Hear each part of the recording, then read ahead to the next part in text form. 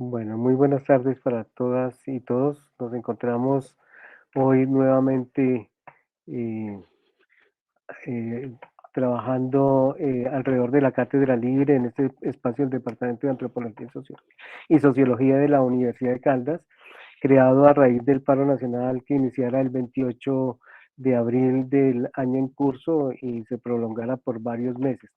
En Este espacio ha buscado ser un espacio de diálogo entre diferentes profesionales de las ciencias sociales y los protagonistas del paro. Hoy, digamos que tenemos un tercer ejercicio que hemos llamado lecturas sociológicas, en las cuales nos complace mucho que sean jóvenes estudiantes de sociología quienes nos van a acompañar hoy con la presentación de sus ponencias que fueron elaborada también como ejercicio académico durante el mismo paro.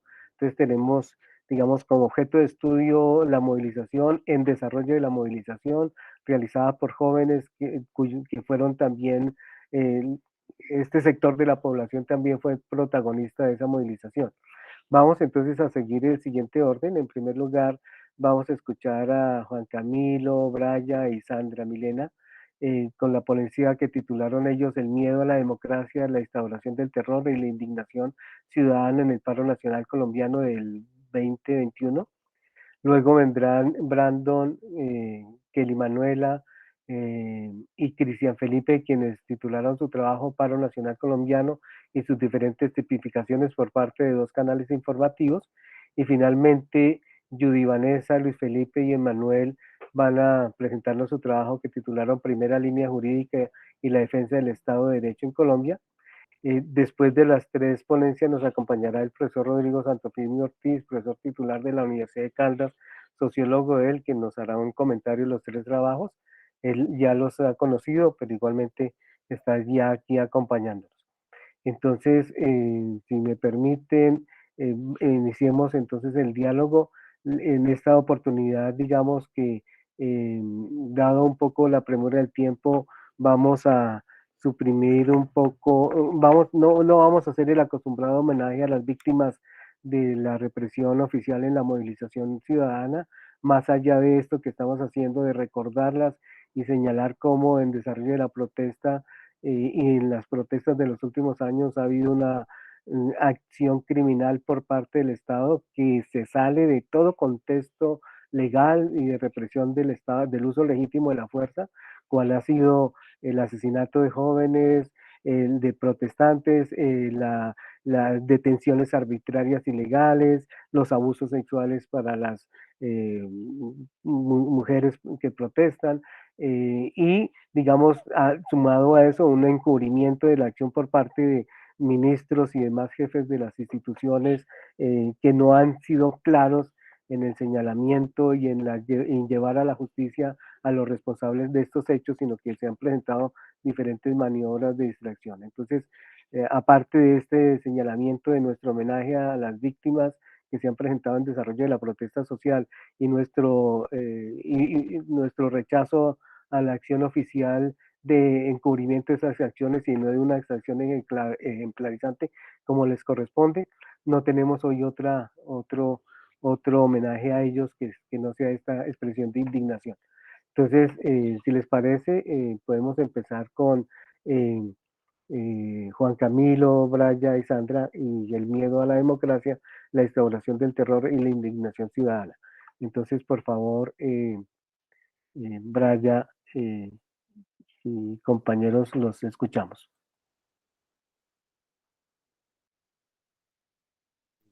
Buenas noches a todos.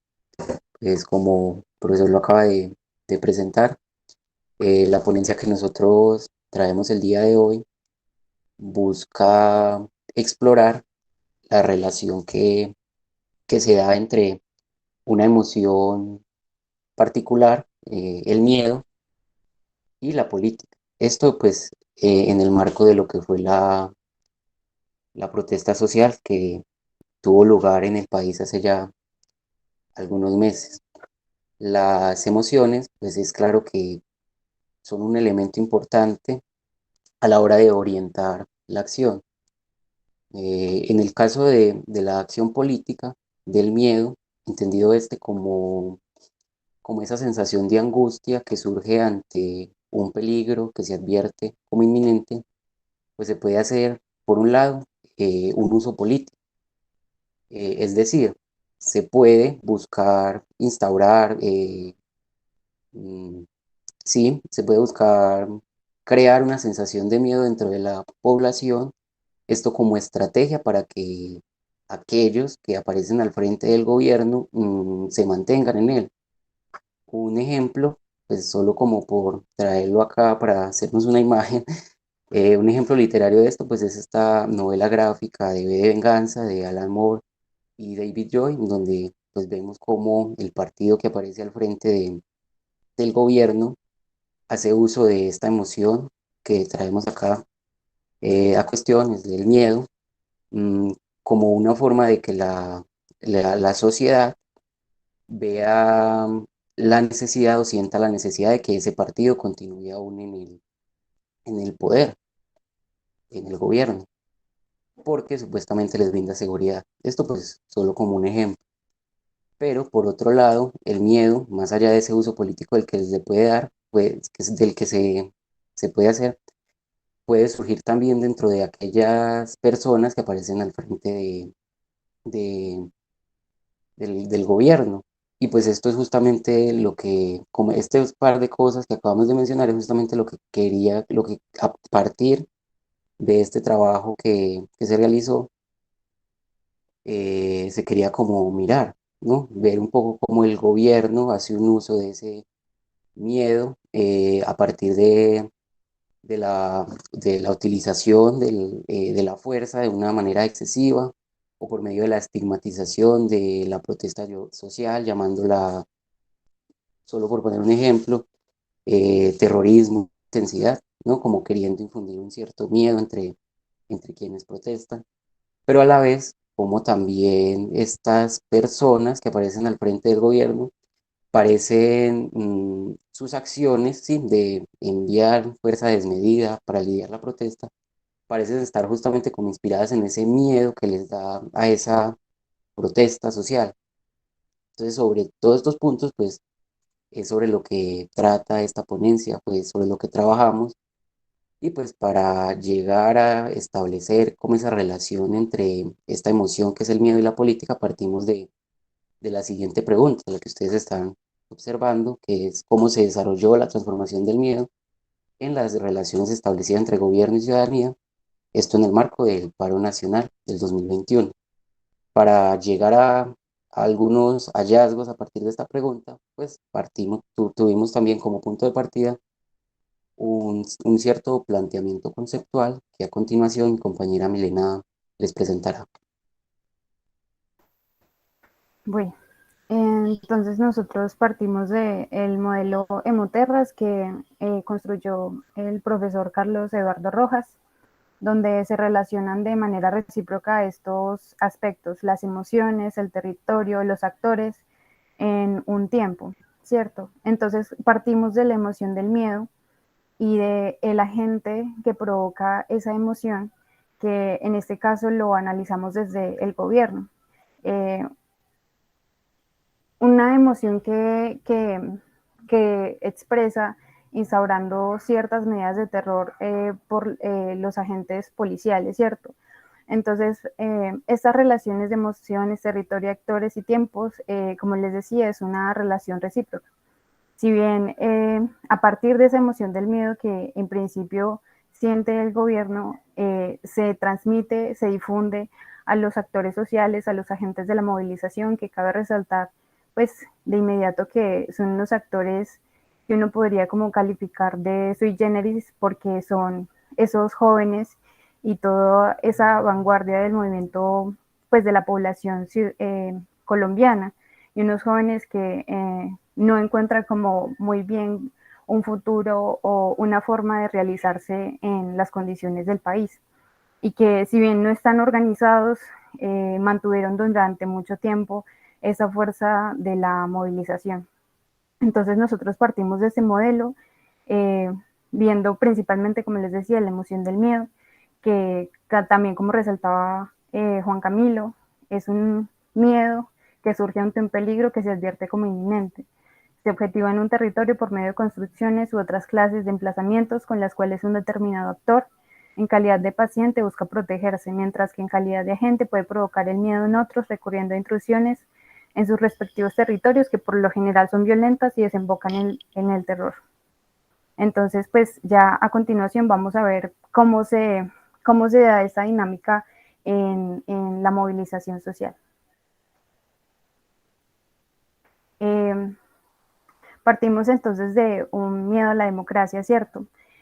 Porque el gobierno actúa de esa manera, porque es este carácter tan específico de la movilización en el país, porque se temía una participación política, sabiendo que es de gran importancia para la construcción del Estado-Nación, es tener en cuenta ese factor de los ciudadanos, ¿cierto?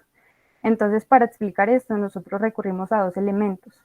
El primero es que, por lo general, pues en la construcción de nuestras instituciones, en la formación de nuestro Estado, las élites políticas capturaron las instituciones para seguir ciertos intereses particulares. Y eh, además de esto, consideran al pueblo como un agente del desorden y en esencia como una población que no es capaz de definirse por sus propios medios y que está en una minoría de edad en la cual no tienen cabida en un Estado.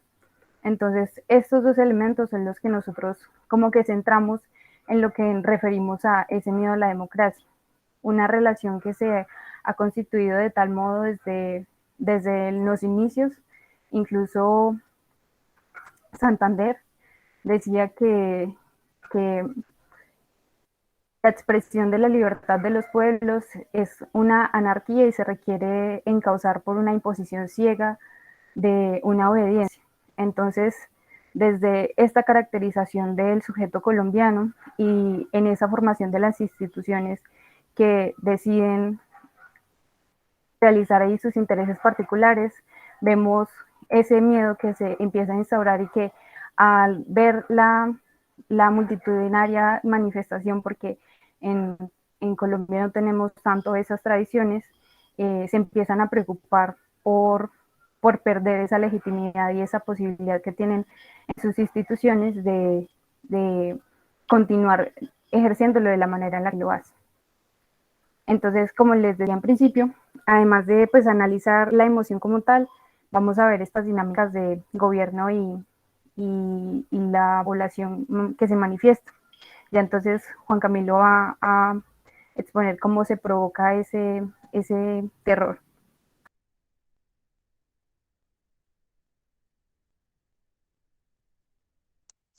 Sí, pues como lo exponía la compañera Milena en el marco bueno, perdón, cuando nos presentaba un poco los aspectos conceptuales del trabajo, pues dentro del marco de referencia, digamos, que tomamos, hay un agente que va a generar un cierto miedo, ¿cierto? Y pues ese agente es el gobierno. Eh, Esto tiene que ver pues también con lo que se mencionaba al inicio de cómo se utiliza este miedo como una especie de estrategia para mantenerse en el poder. Y pues una de las cosas que uno puede ver, a partir también de lo que nos decía Milena sobre las características de estas élites que aparecen en el país, pues es que estas, que aparecen justamente en el gobierno, hacen un uso de esta emoción como una forma de gobernar este territorio. Por eso, ante ese miedo de la participación del pueblo que nos mencionaba ahora también Milena, pues existe esa actitud por parte de esas élites, de esas personas que aparecen, esos personajes que aparecen dirigiendo el Estado, esa actitud de, de estar como tentados siempre a acudir a la fuerza para resolver los conflictos, las diferencias. Y pues esto puede llegar hasta el extremo en que se desborda el marco institucional que regula la sociedad y pues cuando se hace esto, pues ya se pasa al campo del terror, el terror como una forma de hacer política. Dos hechos que ayudan tal vez a soportar esto que se acaba de decir, pues tienen que ver, uno de ellos con lo que sucedió en Ciudad Jardín, que es un hecho pues bien conocido, de cómo aparecían unos civiles armados que también al lado de la policía pues aparecía como disparándole a quienes protestaban. Aquí lo que se está viendo pues es claramente como una forma sí, de utilización del terror para apaciguar la movilización. Y pues esto justamente nos habla un poco de esta tendencia del Estado, de algún modo, de ampliar como sus márgenes de acción más allá de lo institucional, eh, para de esa forma como a intentar apaciguar ese conflicto social, como se decía, que recuerda además un poco a ese fenómeno del paramilitarismo, ¿no? En donde el Estado pues como que se amplía más allá de sus posibilidades institucionales, como una forma de también hacer presencia en los territorios, de gobernar. Y el otro hecho pues tiene que ver con el uso de un arma atípica por parte del ESMAD, o que por lo menos no se había utilizado hasta ese momento, que tiene que ver con esta arma de la Venom, creo que se llama, sí, la Venom, que pues más allá de buscar apaciguar el conflicto, pues busca justamente es como generar ese miedo dentro de la población, entre quienes acuden a la movilización, pues para que de algún modo se dispersen y vean pues hasta dónde puede llegar la fuerza del Estado. Y pues esto sería como un poco lo que podemos ver desde esta dimensión del gobierno como gente que genera miedo. Pues a continuación, Brian nos va a hablar un poco de lo que es ya la respuesta un poco de esa ciudadanía a esta forma que tiene el gobierno de hacer política por medio del terror.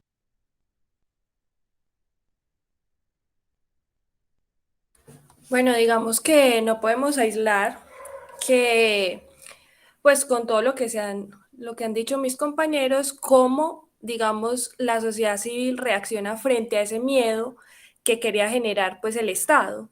Entonces, digamos, desde que se empieza el paro, pues la sociedad empieza a tener diferentes reacciones, porque lo que ellos buscaban con ese generar miedo era paralizar todo lo que se estaba efectuando en ese momento, digamos, a nivel de marchas, a nivel de movimientos en redes sociales, en fin. Entonces, digamos que como se estaba perturbando la tranquilidad que ellos estaban cuidando o que ellos querían cuidar, pues entonces empezaron a manifestar pues su rabia, su descontento por medio del miedo, pero la ciudadanía entonces cogió ese miedo que les estaban generando y en vez de eso transformó todo eso en indignación colectiva. Entonces se dice que la indignación es un sentimiento que surge del descontento hacia una injusticia o la ofensa por algo que se está reclamando. Entonces los colombianos estábamos cansados de todo lo que estaba pasando, todo el atropello, todos los medios que ellos estaban utilizando y así pues se logró que todo ese sentimiento que ellos querían, pues se volviera algo más fuerte, algo que une, porque la indignación une a nivel social y pues digamos que logró que durante un promedio de 2 meses, pues se mantuviera el paro. No fue tal vez lo que se quiso, tal vez no fue lo mejor, pero logró seguir en una dinámica de lucha. Las manifestaciones que se utilizaron por medio del Estado, pues que utilizó el Estado fue la fuerza pública desmedida, los medios de comunicación con violencia simbólica y la permisividad de las autoridades ante los ciudadanos que desfundaron sus armas. Entonces, ¿cuál fue la respuesta de los manifestantes? Pues ellos continuaron saliendo a marchar y a reclamar un cambio, pero utilizaron medios como levantarse cada día por medio de marchas, redes sociales y medios de comunicación independiente, que menos mal en ese momento, y estamos en un momento histórico que nos facilita no tener que depender de los medios de comunicación del Estado o del gobierno. Entonces, digamos que el miedo que ellos estaban generando y que buscaban como un medio de extinguir el levantamiento social fue por mucho todo lo contrario y antes hizo que el pueblo colombiano se levantara con más fuerza y con más gallardía. Ahora pues ya con todo esto, pues para concluir, se vio, digamos, que la respuesta violenta del gobierno era simplemente una estrategia de difusión hacia la población, porque pues obviamente temen ante quitar pues una posición de comodidad que tienen ellos y digamos, recalco la violencia simbólica que sobre las declaraciones que hizo el presidente Duque, equiparando la protesta social como vandalismo, la estigmatización de la movilización, calificándola de terrorismo urbano de baja intensidad. Entonces, no resta para decir que aunque el marco institucional empezó a actuar de manera criminal para afrontar el conflicto social, pues la ciudadanía no se quedó callada y antes utilizó todo eso para, para salir adelante, para mostrar que se puede seguir, se puede luchar por medio pacífico, porque por medio del arte, eso también fue una manera de mostrar la realidad colombiana.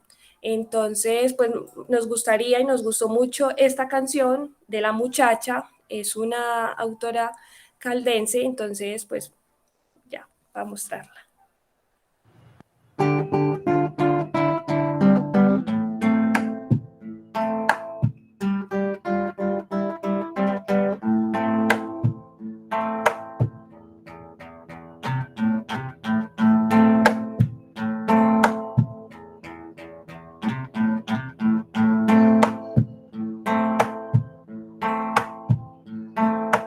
A mí no me asará su pistola.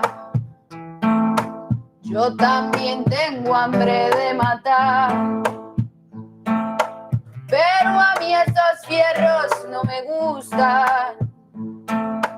Yo saco las uñas pa' pelear. Y a mí que me disparen de frente y que sean la puerta de mi casa. Porque yo me muero en tierra mía y a mí de esta tierra no me sacan. Y a mí que me disparen de frente y que sean la puerta de mi casa. Porque yo me muero en tierra mía y a mí de esta tierra no me sacan.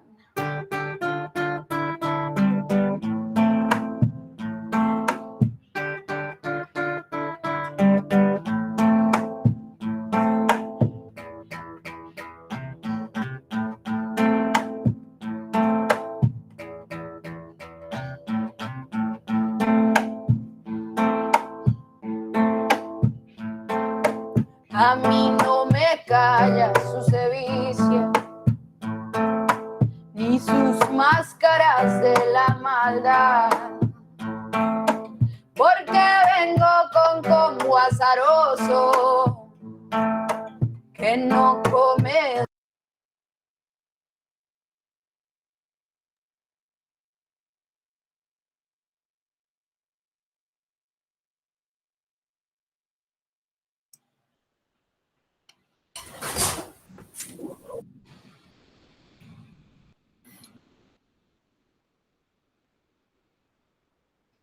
Pero ya hasta aquí, o todavía algo más. No, profe, hasta aquí, pues ya hicimos las conclusiones. Yo creo que con la canción finalizamos esta presentación desde otro discurso desde el arte que muestra también la realidad colombiana. Entonces ya esta es nuestra presentación. Bueno, muchas gracias entonces a Juan Camilo, Sandra y Braya por su presentación. Entonces sigamos, como habíamos planteado, con Manuela y compañía. ¿Quién va a empezar? Yo, profe. Buenas noches para todos, profe. ¿Cómo está? ¿Me escuchan bien ahí? Sí, Brandon. Bueno, perfecto, profe. No hay problema. Listo, voy a intentar acá compartir pantalla. Me dicen si ven, ¿sí? Por favor. Está cargando. Listo. Listo, ya. Listo. Bueno. Un segundito, profe. Bueno, en primer lugar, perdón, sería pues agradecer la invitación, profe, porque considero importante nuestros espacios, que son los que ayudan, digamos, a seguir, digamos, fortaleciendo estas investigaciones que creíamos acabadas, ¿no? O pausadas mejor. Entonces, en este sentido, sí quisiera, antes de presentarle nuestro ejercicio de investigación cualitativa, pues darle las gracias de nuevo al profe Carlos y Santofimio, pues, por escucharnos y insisto, pues ojalá a través de sus aportaciones o preguntas pues ayuden a darle esos acabados que necesita la investigación. Bueno, entonces ahora sí. En primer lugar, igual que los otros dos grupos, pues nuestra investigación también se centra en las movilizaciones de este año y pues pienso yo que no es que el tema se haya vuelto muy redundante o repetitivo pues en las cátedras que ha venido desarrollando el profe, sino que más bien que desde nuestra disciplina sigue habiendo mucha tela por cortar, por así decirlo. Entonces, específicamente nuestro grupo se detuvo para intentar detectar cuáles eran las tipificaciones. Este concepto pues va a ser central en la investigación y pues será ampliado más adelantico. Detectar de nuevo cuáles son las tipificaciones que le asignan algunos medios de comunicación específicos en Colombia a los actores del paro nacional en algunas regiones del país, ¿no? El trabajo entonces lleva como título Paro Nacional Colombiano y sus diferentes tipificaciones por parte de 2 canales informativos. Y listo. No sé si Chris quiera continuar ahí con el planteamiento. Voy a intentar pasar la diapositiva. Me dicen si cambia, por favor.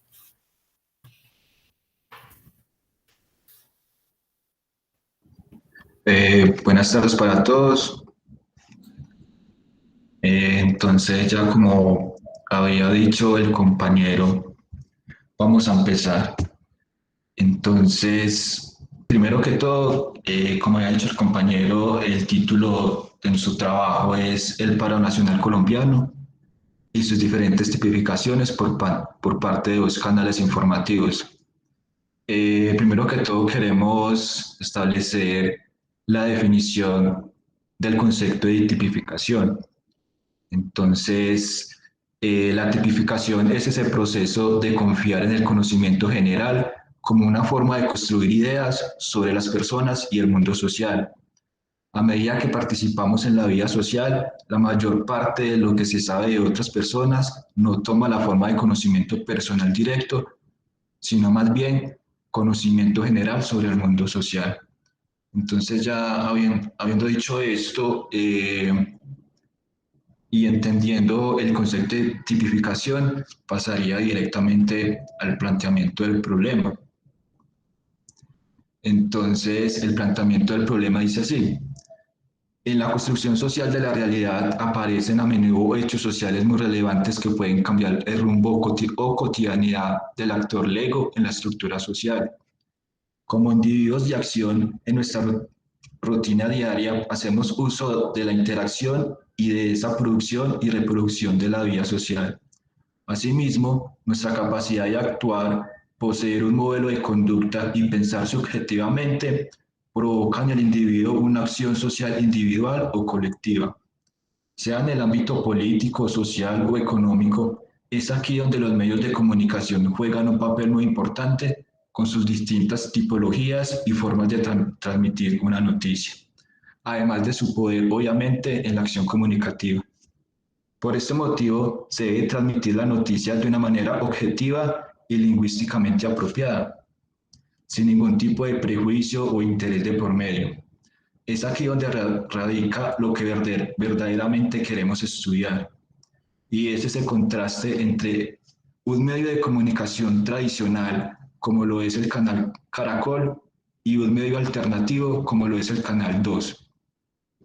Y obviamente estudiar el reportaje que los 2 medios de comunicación hicieron sobre el paro en Colombia el 28 de abril de 2021.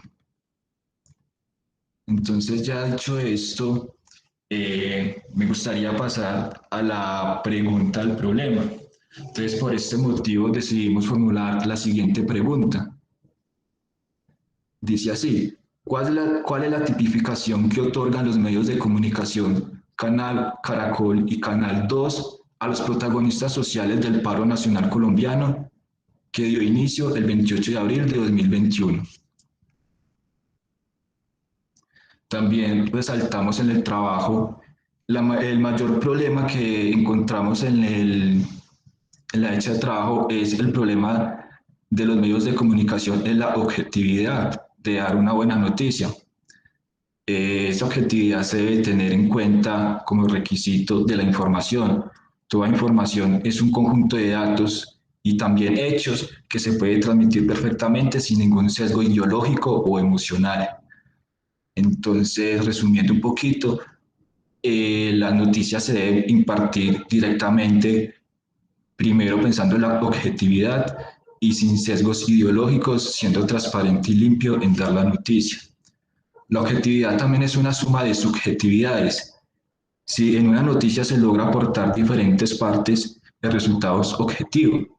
O sea, la igualdad de condiciones es muy importante en los medios de comunicación.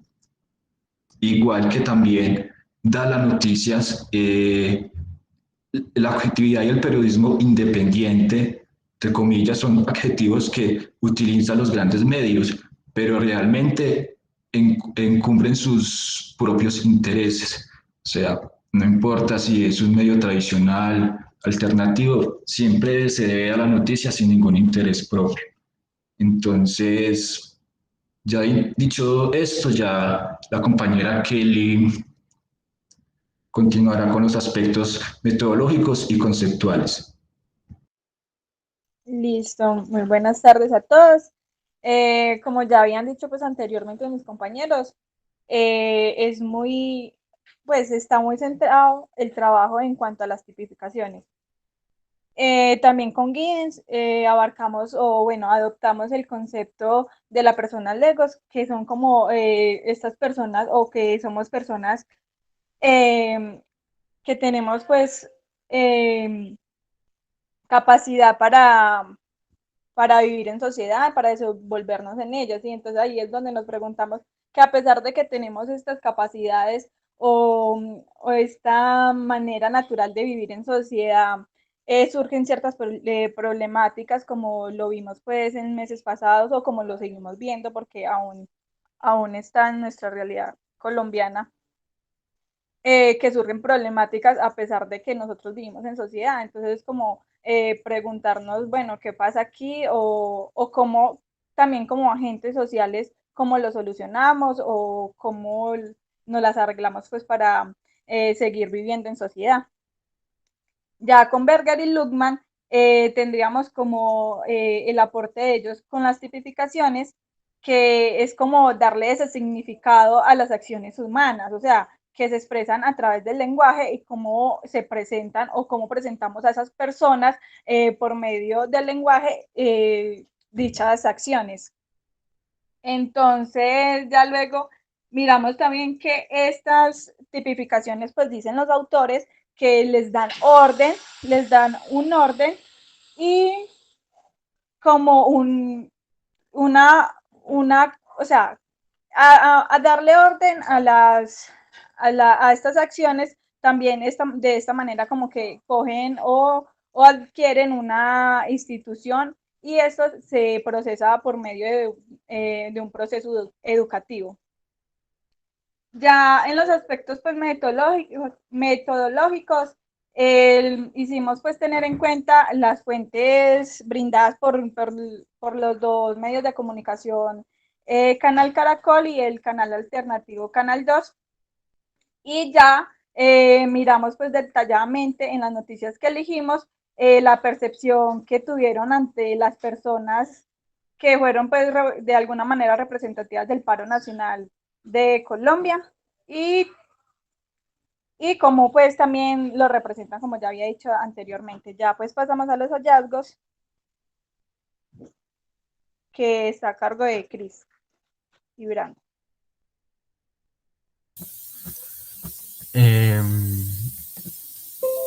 Bueno, estos dos, el hallazgo y la tipología, pues van, digamos que unidos. Entonces, voy a empezar con una parte de Berger y Luckman del texto de ellos. Dice,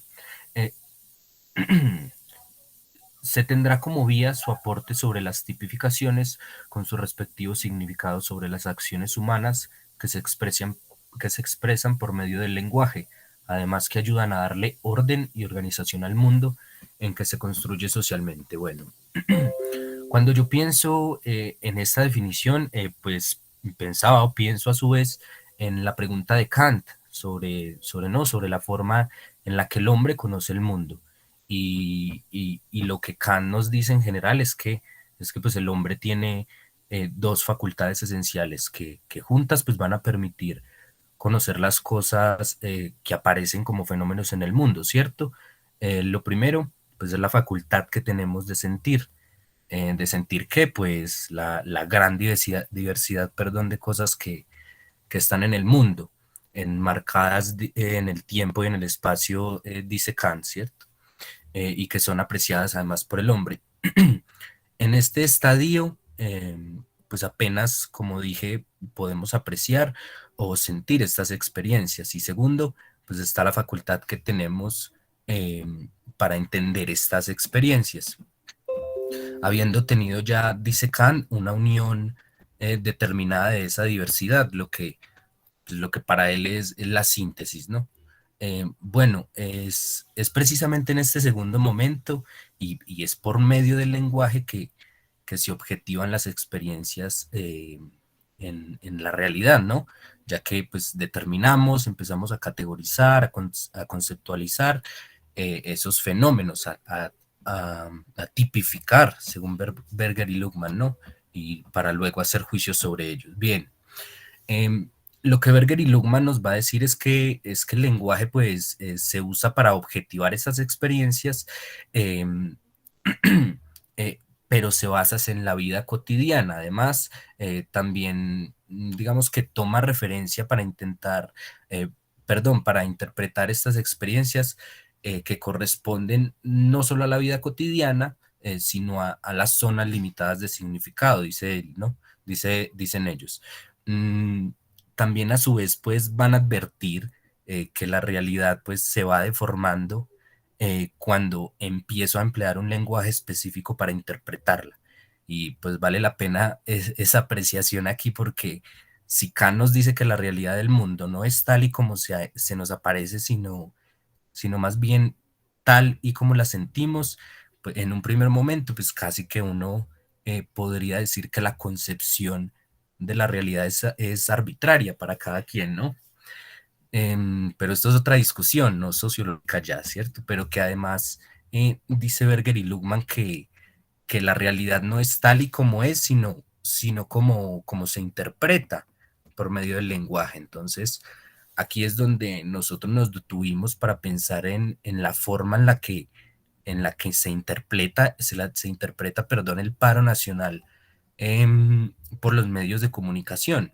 Y pues a pesar de que la labor de estos medios es informar o interpretar la vida cotidiana, pues esa vida que vemos y que ocurre en las calles a través del lenguaje, pues la información que como todos sabemos, atienden siempre a intenciones particulares, lo que hace es como aislar la realidad o transponerla, dice Berger y Luhmann, y lo que dice específicamente es, un segundito, abro comillas, los productos de estas transposiciones pertenecen en cierto sentido a ambas esferas de la realidad, están ubicados en una realidad, pero se refieren a otra. Cierro comillas. El problema, el problema no es que se deforme o se interprete la realidad a su manera, ¿no? Esto ya lo sabemos todos y ellos son expertos en eso. La pregunta es cómo y de qué manera lo hacen, ¿cierto? Y pues en este sentido sí adquieren importancia las tipificaciones que se van a ir develando, digamos, en los hallazgos que tuvimos que realizar en las investigaciones. Entonces, no sé si Cris quiera continuar ahí. Bueno, ya entendiendo lo que dijo el compañero y sabiendo pues un poco sobre lo que es las tipificaciones, nosotros en ese proceso de hacer el trabajo estudiamos varias noticias del canal Caracol y del canal 2. Esas noticias las entrelazamos y sacamos unas importantes. Obviamente en el trabajo es más extenso, pero acá les quiero compartir dos noticias que hallamos del paro, del paro que ocurrió en el 2021. Entonces dice así: hallazgos. La primera noticia es del canal Caracol. Como saben, es un canal tradicional. Entonces dice así: el mismo día 28 de junio, pero en la otra orilla informativa de Noticias Caracol, se hace un reportaje titulado, así, abro comillas, así se vivió en Colombia el paro nacional. El gran perdedor de la jornada de protestas en la capital fue el sistema de transporte Transmilenio, 213 buses y 35 estaciones fueron atacadas por antisociales, cierro comillas. Esta fue la información dada por Caracol Noticias, en la que claramente tipifican a los protagonistas por su conducta como antisociales. Reiteran que las consecuencias de las manifestaciones han sido violentas solo por parte de los manifestantes. Mientras tanto, la alcaldesa Claudia López se pronunció diciendo que, abro comillas, destruir el patrimonio de los bogotanos solo afecta las tarifas del transporte público, cierro comillas. La forma en la que se discute lo correcto o incorrecto no es para nada objetiva, ya que los daños materiales en ninguna situación son más graves que los daños a la integridad física y o de manifestantes y policías. Un momento.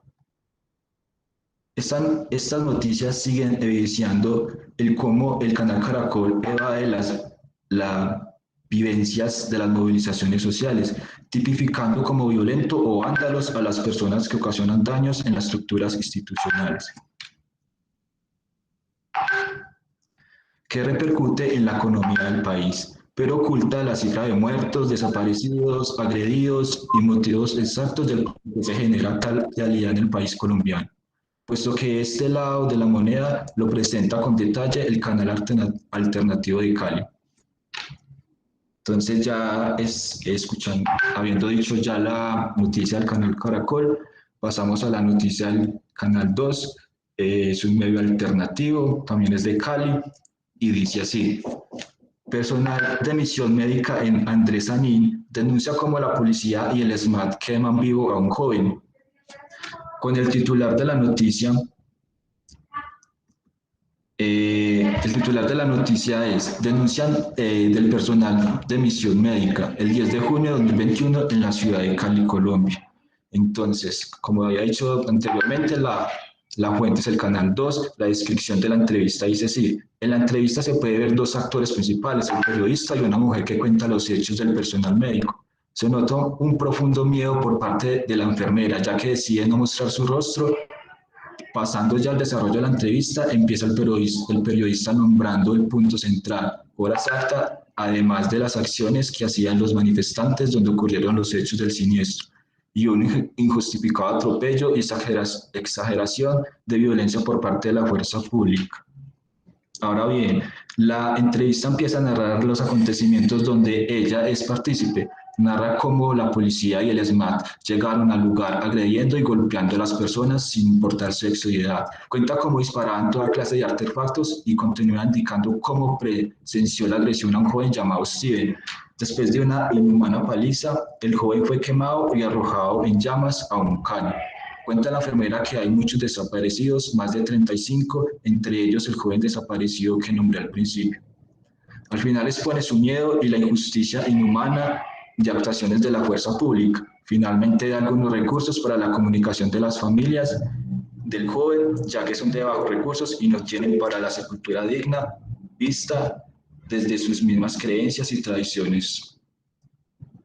Entonces, como le había dicho anteriormente,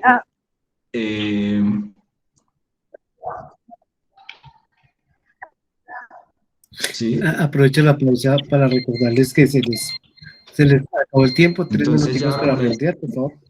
Listo, entonces ya para concluir, Cris, partiendo de los hallazgos que Entonces hizo ya, por Cristian, favor, si entonces sigue vemos con la que, conclusión. gracias. Vemos que pues los dos canales brindaron cierta información, o bueno, una información del paro nacional, y que además cada uno tenía sus propios sistemas de signos o tipificaciones, como ya lo habíamos dicho. Eso con la finalidad de ellos pues expresar o ofrecer la comprensión de las vivencias de las protestas, y también además el actuar del gobierno. En esta misma idea, entonces, pues concluimos que el Canal 2 enmarca pues a los policías y al ESMAD como agentes agresores, violentos, transgresores de los derechos humanos, y al gobierno lo tipifica como una figura corrupta y tirana.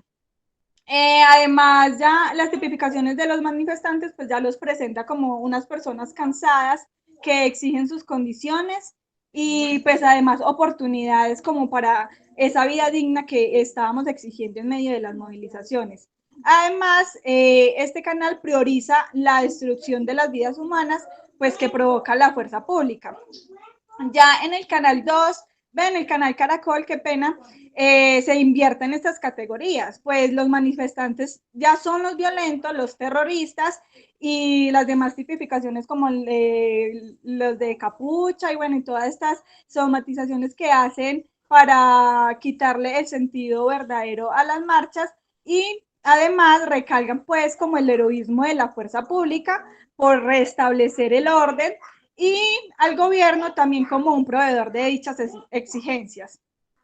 Y esta, en vez de maximizar la destrucción de vidas, maximiza y prioriza son los daños materiales que son provocados pues por las manifestaciones sociales, y así mismo pues minimiza la destrucción de vidas, no dándole como la importancia que sí le da el canal alternativo. Y así entonces concluimos con estas dos preguntas: ¿qué es lo que condiciona al periodista José Alberto Tejada del Canal 2 para ganarse el cariño del pueblo, pero a su vez también amenazas de muerte por parte de la policía? ¿Y qué tipos de relaciones sociales y económicas mantienen en vigencia al Canal Caracol? Entonces, así pues concluimos nuestro trabajo. Luego siguen las bibliografías ahí en las diapositivas, y ya muchas gracias por la asistencia, por prestarnos atención, y pues al profesor por darnos el espacio. Bueno, muchas gracias a Brandon, Cristian y Manuela. Entonces seguimos ahora con Emanuel y compañía. Bueno, ustedes dirán qué orden van a seguir. Listo, profe. Ya mi compañera empezará a compartir las diapositivas. Pues,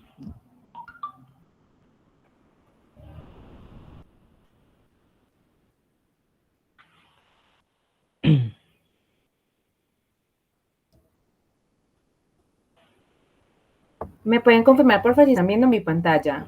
Sí. Hola, buenas noches a todos. Qué pena, primero que todo. Judy. Listo, Sí, estamos entonces... viendo, pero todavía no estamos viendo la presentación. Estás ahora sí está la presentación. Listo, compañeros. Muchas gracias por la invitación a este espacio. El tema que nosotros tratamos fue sobre la primera línea jurídica y la defensa del Estado de Derecho en Colombia. Pues ya han hablado bastantes cuestiones alrededor del paro. Sabemos que en el marco del paro muchos fueron los protagonistas de las protestas. Hubo bastantes manifestaciones populares como batucadas que ya estuvieron aquí presentes en el marco de este espacio. Hubo también ollas populares, hubo pedagogía, pero creo que dentro de todas estas iniciativas populares que hubo, la que más llamó la atención fue la primera línea. Esta primera línea simbólicamente se consolidó como algo de mayor representatividad, encabezada pues por jóvenes, muchos de ellos de extracción popular, jóvenes universitarios que le ponían, por así decirlo, el pecho a las acciones violentas que tomó el Estado para controlar las movilizaciones. Entonces, de ahí, de esa indignación colectiva frente a ese actuar irrespetuoso de la fuerza pública, También uno de los primeros grupos de profesionales que vimos que se abocaron con toda a defender los derechos de los ciudadanos y a la restauración del mismo orden jurídico fueron los abogados. De ahí que se nos hiciese tan importante en resaltar su labor durante este paro nacional. Vamos a ver la siguiente diapositiva. En esta pues ya sentamos nuestra pregunta de investigación, que fue cuál ha sido el significado que los abogados de la primera línea jurídica le han dado a su papel en la defensa del Estado de Derecho y los derechos de los ciudadanos frente a las actuaciones ilegales de la fuerza pública en el marco del paro nacional del año 2021 en Colombia. Es muy interesante ver cuáles eran esas motivaciones que llevan a los abogados a ir, por así decirlo, en contra o a visibilizar más bien tantas acciones ilegales que el mismo Estado impuso frente a los mismos ciudadanos que debería defender por medio de sus fuerzas públicas. Entonces vamos a la siguiente diapositiva, en la cual tenemos el marco conceptual. El marco conceptual es, creo que muy interesante que le pongamos especial atención. Tal vez muchos de las personas que están acá presentes y no vieron pues, o no han visto el curso de métodos cualitativos 2 o lo están viendo bajo otra orientación, tal vez no van estos dos autores con los que empezamos con el texto de Construcción Social de la Realidad, que son Peter Berger y Thomas Luckmann. De hecho, el grupo anterior se refirió también a ellos. Y pues es interesante destacar el trabajo de ellos. Ellos hablan de que en la vida hay una gran multiplicidad de esferas que conforman la realidad. Sin embargo, dentro de esa multiplicidad, la vida cotidiana es la esfera donde se presenta dicha realidad por excelencia, ya que es ese el lugar donde está el mundo intersubjetivo que comparten los individuos. Es el lugar común que habitan, en donde están objetivados los fenómenos de aquella realidad que por medio del lenguaje ha sido tanto ordenada como cargada de sentido. Es este realísimum de la conciencia, esa vida, esta esfera de la vida cotidiana, algo superior y anterior al individuo. Allí se ejerce tanto la coerción como ubica tiempo-espacialmente al sujeto, y en esta se pueden dar interpretaciones intersubjetivas de aquella realidad entre los sujetos que están dentro de la sociedad. Entonces, de esta manera, con esa delimitación tiempo-espacial de la realidad establecida dentro de la interacción social, el sujeto tramita la angustia generada estableciendo rutinas para poderlas llevar a cabo. ¿Qué es lo importante que necesitamos de este aspecto conceptual? Que vamos a ver cómo los abogados y cómo los mismos ciudadanos van a integrar o no, o van a resolver esos asuntos problemáticos que se presentaron alrededor del paro. Esto pues lo vamos a ver con mayor profundidad en los hallazgos. El otro autor que consideramos importante tomar acá, pues sí estamos demasiado relacionados con él, y es pues Max Weber en su texto Economía y Sociedad, y pues ahí ya vamos a mirar es el término de legalidad. Entonces, especialmente la legalidad en nuestra forma de organización social, que se supone que descansa, pues que la dominación también se basa en una dominación legal, y esta dominación legal racional se apoya sobre la obediencia no a un superior como tal, sino la obediencia a unas normas establecidas dentro de la sociedad, a un pacto que los miembros de la sociedad tramitan y actúan en virtud a ellos, estén o no de acuerdo con aquellas normas. Sin embargo, se supone que hay una probabilidad de que estas personas que han sido dominadas y el dominador tengan que respetar esas, por así decirlo, reglas de juego en las cuales todos los miembros de la sociedad están inmersos para respetarlas. Entonces es muy importante partir de eso para mirar cómo en los hallazgos tal vez esas reglas de juego no son respetadas por esos mismos a los que se les ha concedido la autoridad o que deberían representarla. en la siguiente diapositiva ya vemos pues el marco metodológico. Para el marco metodológico es muy importante resaltar que mi compañera Yudy Vanessa, ella paralelamente está ejerciendo estudios de Derecho y está cursando por una de sus últimas fases ya prácticas de la carrera.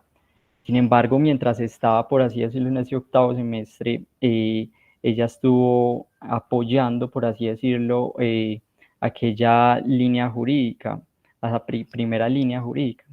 Entonces, consideramos que uno de los elementos más importantes fue la entrevista a profundidad de esas personas que están allá involucradas directamente con esos procesos, al igual que miramos como están ahí resaltados algunas de las notas periodísticas que resaltaban ese papel de la primera línea jurídica. De ahí entonces encontramos cuestiones muy interesantes que pues ya vamos a ver más adelante en los hallazgos, de los cuales hablará mi compañera.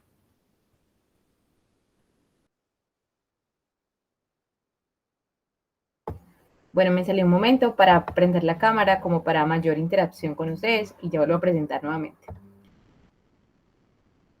No sé si, creo que, bueno, dicho eso, pues me permito nuevamente saludarlos porque creo que no los saludé adecuadamente a un principio.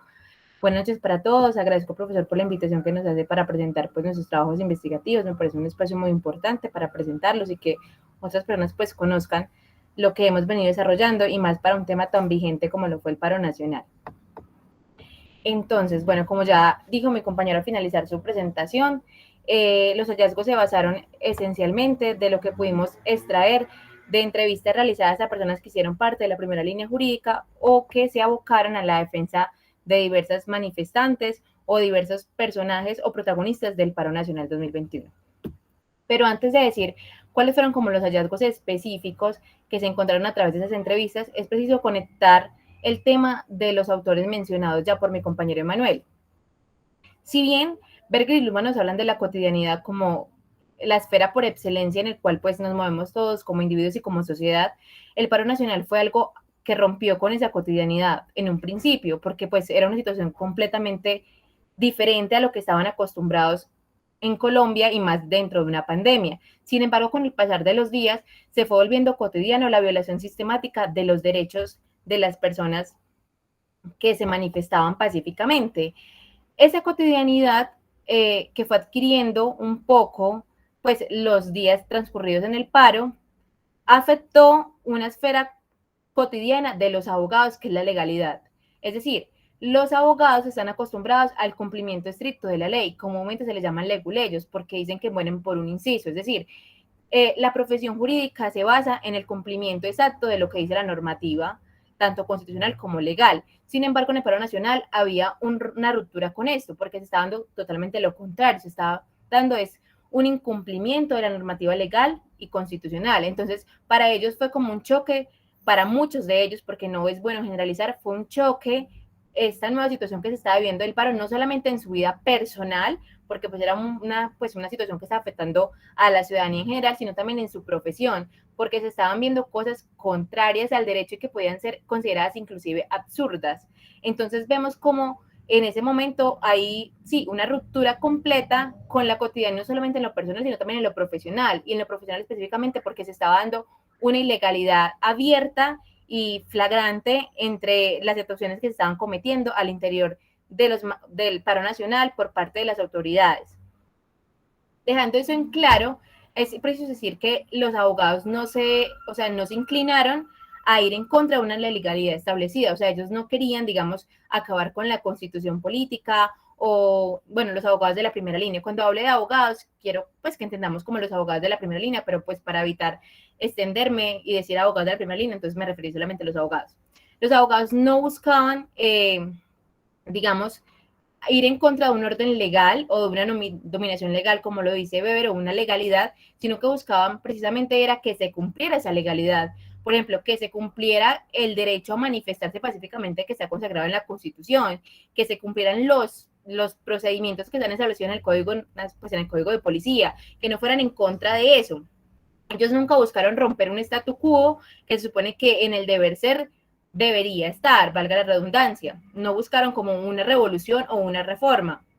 Entonces, si no escribieron, sino que crearon, porque decir que escribieron es como si la primera línea jurídica existiera con anterioridad al paro nacional del 2021, y no es así. La primera línea jurídica fue una denominación que existió precisamente en el marco del paro nacional, porque antes del paro nacional no existía algo que pudiéramos llamar primera línea jurídica. Es algo muy llamativo, porque ellos escogieron ese nombre, o sea, los profesionales adscritos a esa primera línea jurídica o que crearon esa primera línea jurídica, escogieron ese nombre en función a hacerle un honor a los que eran la primera línea jurídica, la primera línea a secas. Es decir, la primera línea, como ustedes pudieron ver, eran quienes defendían a los manifestantes de las futuras agresiones de la fuerza pública. Entonces tenían un papel de defensa. Y la primera línea jurídica también tomó un papel de defensa, pero desde lo jurídico. Entonces, esa denominación, que puede parecer como, pues, muy común a primera vista, porque ya la hemos escuchado mucho, en realidad fue un homenaje a aquellos manifestantes que lo estaban haciendo con mucha gallardía frente a eso.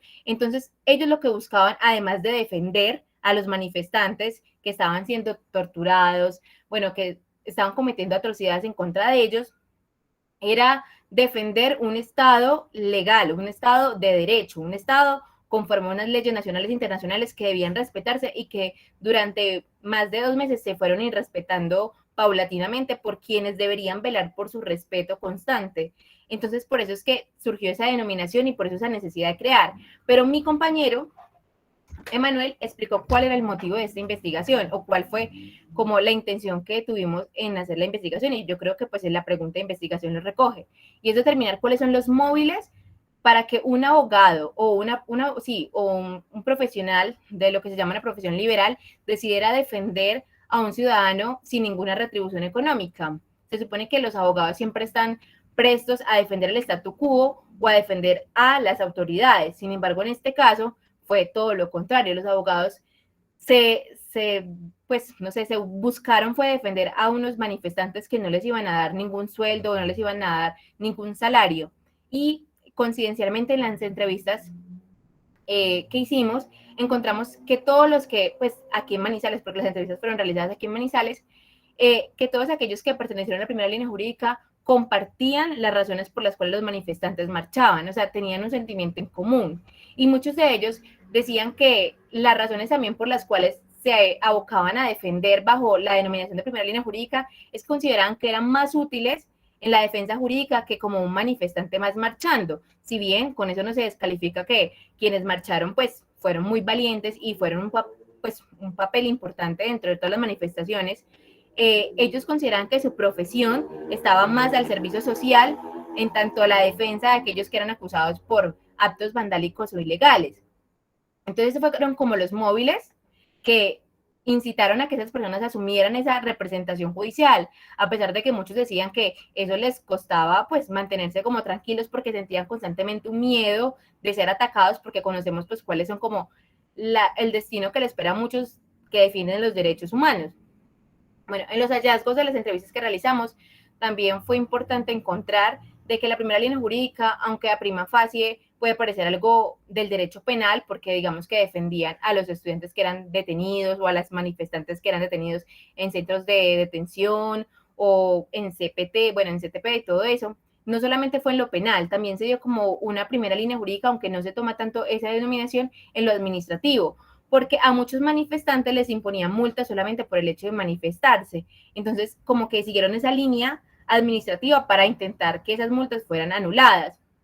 Y ya los que se fueron por la línea del penal, intentaron que las personas que eran detenidas arbitrariamente, que además eran maltratadas, que eran acusadas, por ejemplo, de terrorismo o que eran falsos positivos judiciales, fueran pues quitados con todos sus cargos y salieran en el tiempo que era determinado, porque algo que pasaba mucho en Manizales es que era en las manifestaciones, digamos que agarraban, como se dice coloquialmente, a muchos manifestantes y los llevaban a los CTP y los tenían allá más de 12 horas, cuando el Código Nacional de la Policía establece que son 12 horas máximo que los pueden llevar, y cuando te llevan al CTP es por prevención, no por sanción. Entonces, después de llevarlos al CTP y los maltrataban internamente, les querían imponer cargos completamente ajenos a la realidad, y lo que hacían los abogados, que tenían también una red de derechos humanos aquí en Manizales, era que iban a esos lugares hacían la representación de las personas y hacían que los sacaran en el término que era establecido, porque muchas veces eran menores de edad y no había ni siquiera de por medio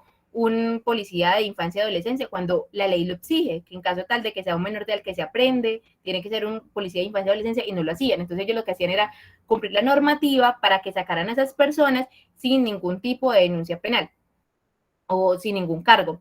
Entonces ellos ejercieron una defensa en la cual tipificaron a los manifestantes o a quienes defendían como sujetos necesitados de defensión, o sea, sujetos que estaban en estado de indefensión manifiesta, y que su labor dentro del marco del paro nacional y dentro de un país en crisis como lo estaba Colombia y como lo está, y no sé, cómo lo estará, era ejercer una defensa acérrima de los derechos humanos, porque en términos generales lo que estaba detrás de todo eso era una defensa de los derechos humanos y de normativa interna e internacional, porque como ustedes saben, el derecho a la prensa es un derecho fundamental que no puede ser cercenado, y el debido proceso también, y el respeto a la vida. Entonces son derechos que están tan intrínsecamente, digamos, encarnados en los que, o en algunos que ejercen la profesión jurídica, que su defensa a los manifestantes en realidad fue una defensa a la legalidad y al cumplimiento de esta por aquellos que estaban transgrediéndola. Y bueno, ya después de todo lo dicho y de la relación con la dominación legal y cómo esa realidad o en la vida cotidiana fue cambiando abruptamente e hizo que ellos tomaran una perspectiva frente a su profesión, pues ya cito las conclusiones, o la conclusión, porque en realidad es una sola.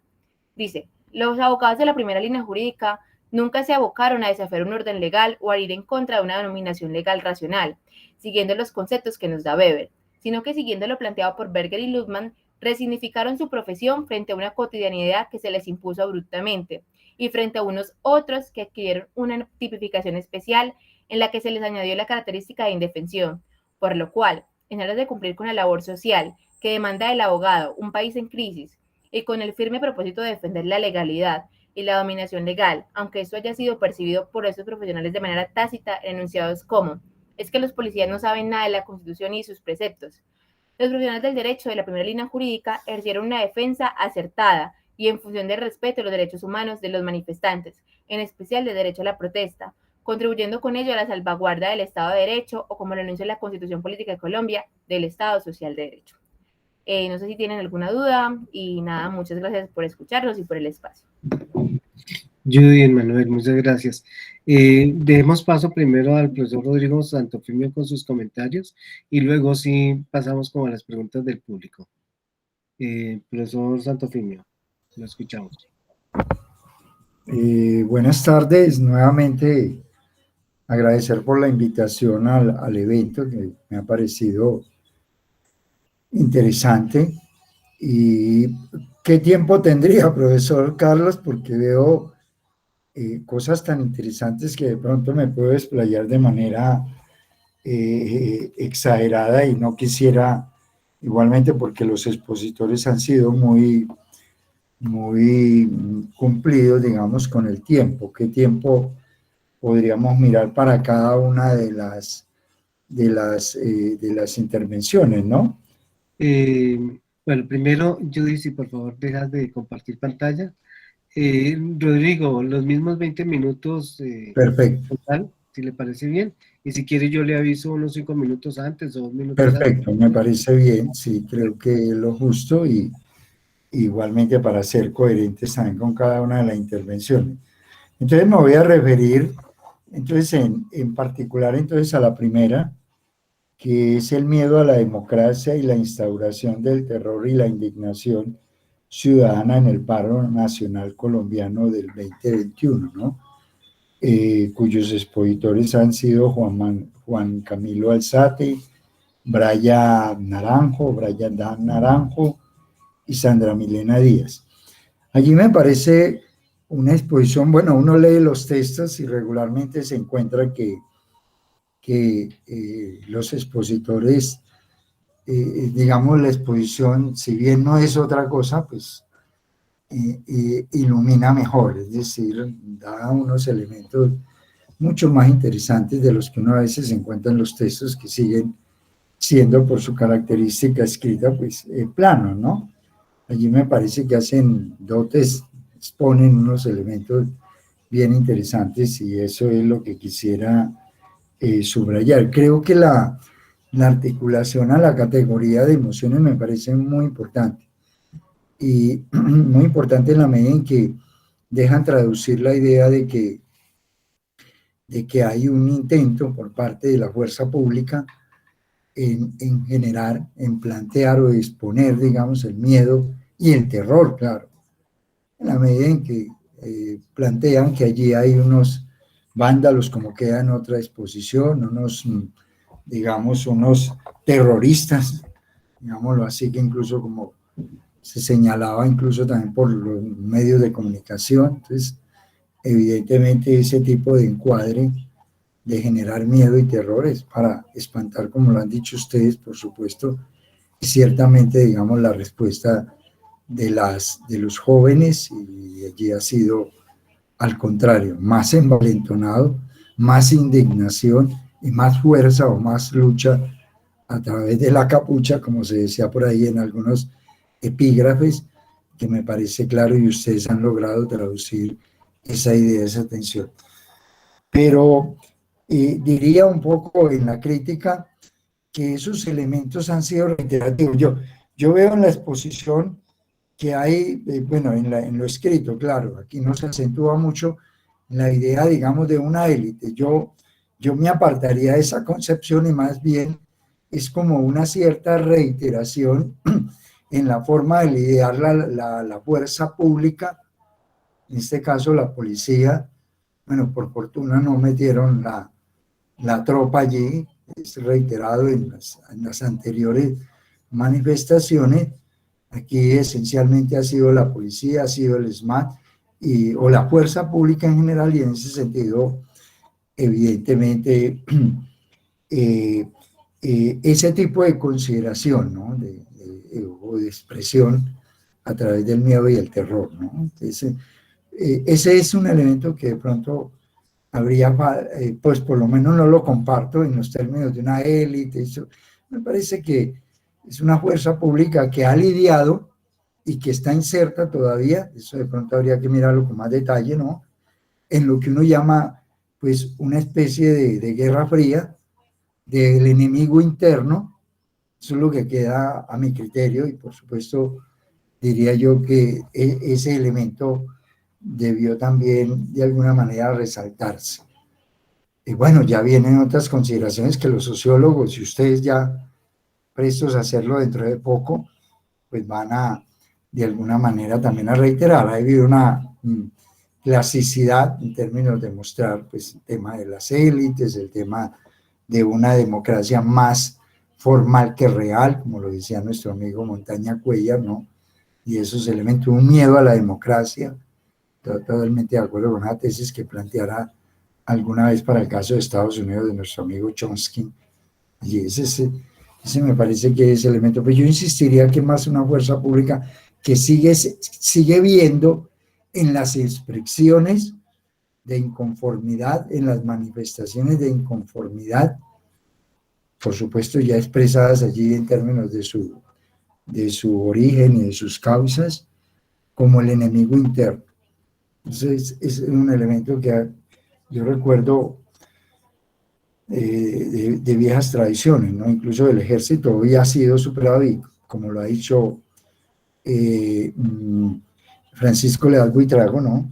Esa conjunción entre el ejército y la policía, de pasar la policía al ministerio público, al ministerio de guerra, digámoslo así, el ministerio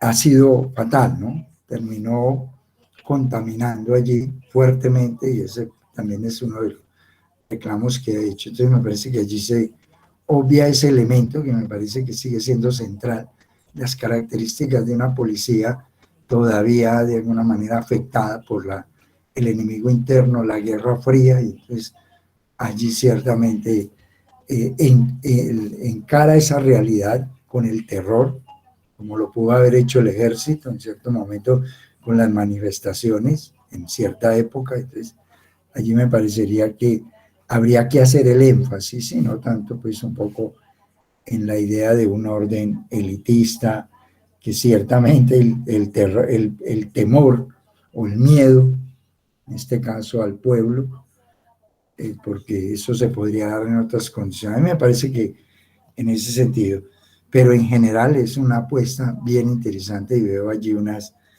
enormes capacidades expositivas y por supuesto alentadas con unos marcos analíticos y conceptuales bien interesantes, que es lo que realmente siempre recomendamos. Felicito entonces a los expositores que me parece que han hecho gala de unas interesantes apropiaciones analíticas y conceptuales y un ejercicio de lo cualitativo allí, como se ha sugerido por parte de nuestro colega el profesor Carlos Eduardo Rojas. Listo, la segunda, yo la tengo aquí tercera, permítame, la segunda entonces sería la de aquí, la segunda, que es con el paro nacional y sus diferentes tipificaciones por parte de los canales informativos. Interesante, como he dicho para todas, porque hay apropiación analítica, hay apropiación conceptual, me parece que hacen un ejercicio bien interesante. Brandon Ríos, Kelly Manuela Loaiza y Cristian Felipe Ramírez, igualmente también. Entonces mis felicitaciones, igual que a los anteriores expositores, porque creo que dejan muy claro lo que están haciendo. Eso me parece que hay un interés por afincar. Tengo algunas consideraciones, ¿no? Es decir, de pronto quedó faltando matizar más, digamos, como llaman, tipificar más las dos apuestas, que son matizarlo en el sentido que eran, digámoslo, y arriesgarse un poco a mostrar que hay unas diferencias y hay unas tipificaciones casi que contrastadas, ¿no? Entre una forma de narrar esa realidad por parte de un medio tradicional, claro, amparado en el poder, por supuesto, que es Caracol que recibe, falta reiterar eso también, parte de la tajada, digamos, del Estado, viven con la tajada del Estado y por tanto pues hay que salvaguardarlo. En pauta publicitaria y todo eso son millones de millones, es decir, 5.000, 6.000 millones de pesos que puede costar una pauta en un año o algo así, que el otro canal no tiene ese elemento y por tanto tiene la libertad. Eso me parece que faltó allí de alguna manera acentuarlo y se quedan mucho en la parte teórica, que es muy interesante, pero a veces hay que ir un poco más allá.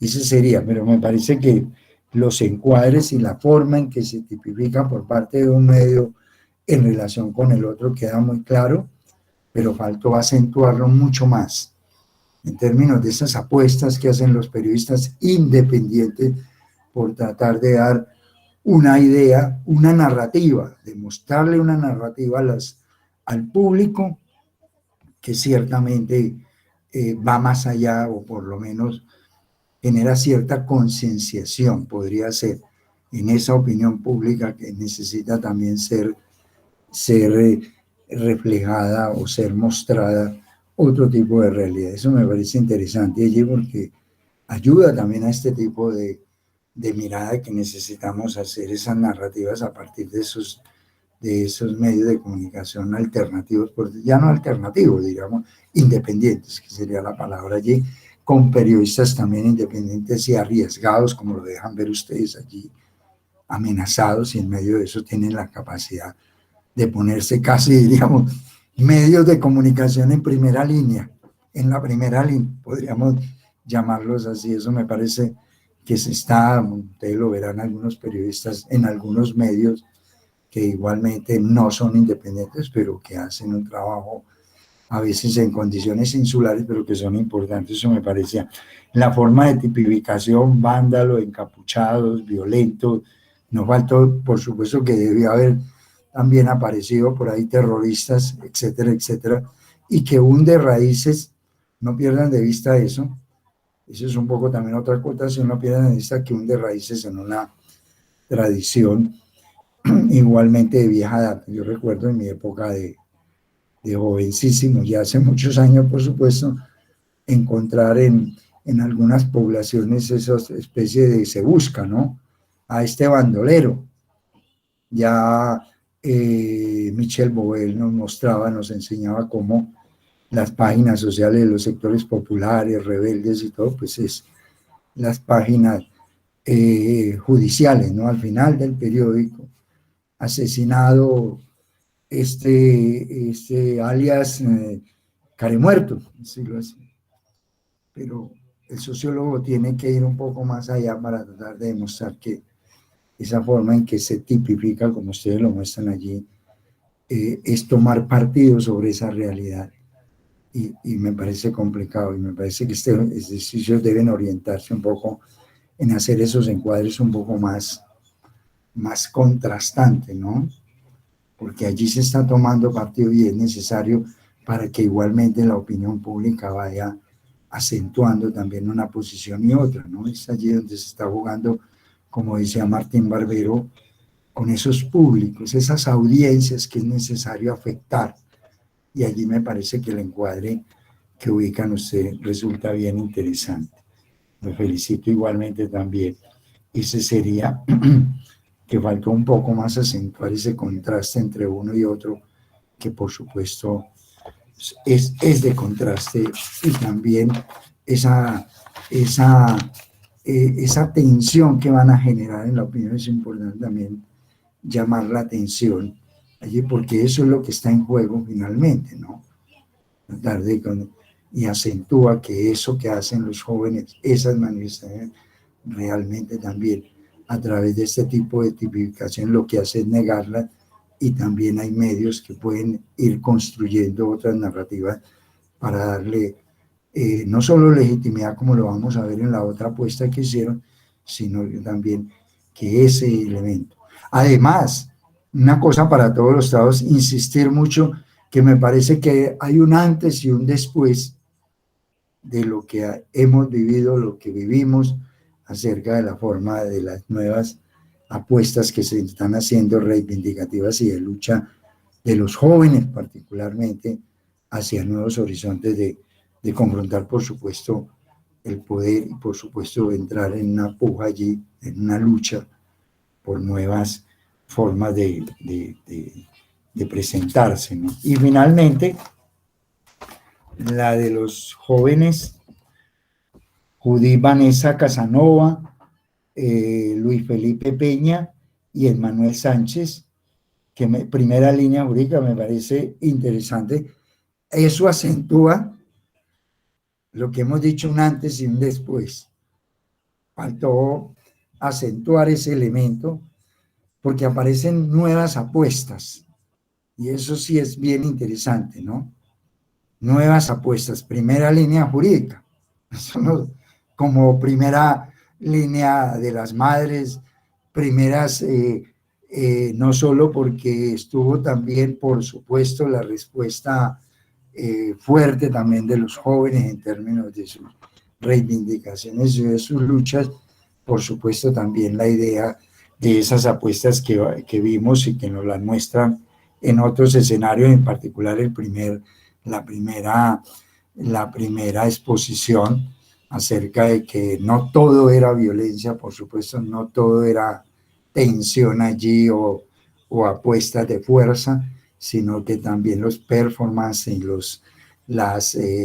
en Medellín, por ejemplo, la presentación de una orquesta filarmónica o sinfónica, no recuerdo, en la costa, los carnavales, todos esos elementos hacen una ruptura con un pasado de reivindicación y de lucha y de expresión en la calle, que evidentemente es necesario empezar a ir mirando con más detalle, porque y esta primera línea jurídica, como la llaman ustedes, que me pareció muy interesante a través de las entrevistas que aparecen allí, de los jóvenes convencidos de que evidentemente están construyendo otra forma de acompañar estos procesos y con toda certeza que acentúan más, con mayor elemento de conciencia a los jóvenes que participan allí, a las personas que van, porque van a estar acompañados, ¿no?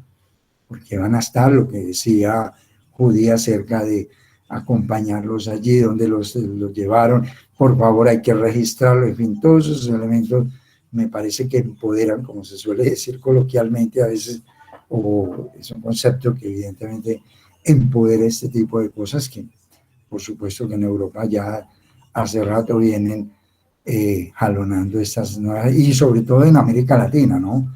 En Chile, en Argentina, que me parece que se copia en el buen sentido.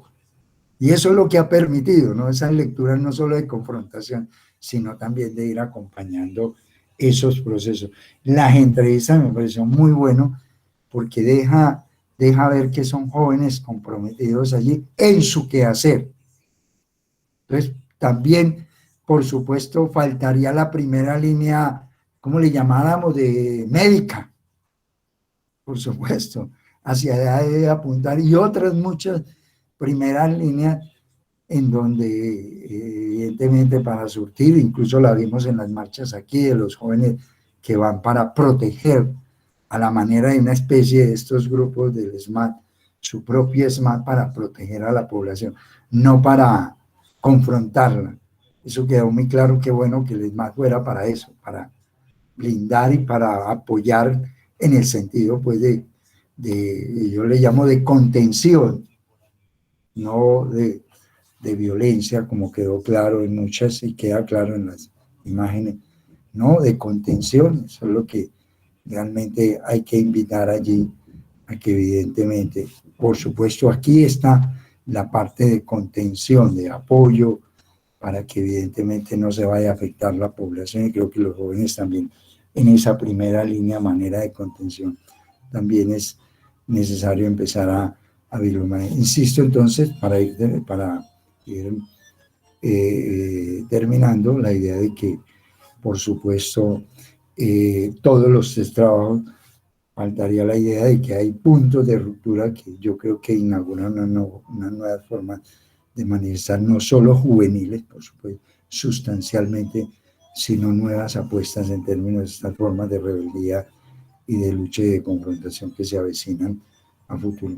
Reitero entonces los agradecimientos a todos, las felicitaciones a todos los grupos, a los tres grupos que nos acompañaron, insistir en que pues el trabajo apenas arranca y que creo que veo muy interesante todos y cada uno de los trabajos. Muchas gracias.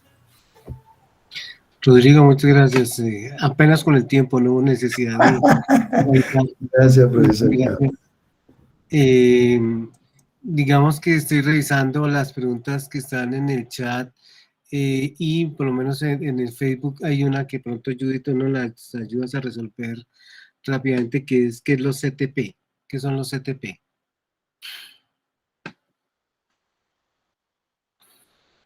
Judith, ¿todavía está? Sí. Sí, profe, pensé que tenía el micrófono prendido.